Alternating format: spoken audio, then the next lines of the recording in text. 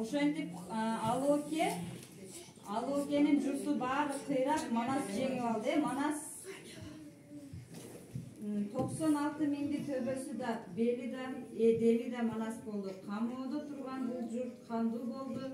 Далдоодо турган бул журт даңазалуу болду. Башчысыз журт башчылуу болду деп Кабылан Манас кандыкка шайланды. Кана балдар, ураныбыз Манас. Sen aytın. Erjutumdu көз карегимди сактаймын.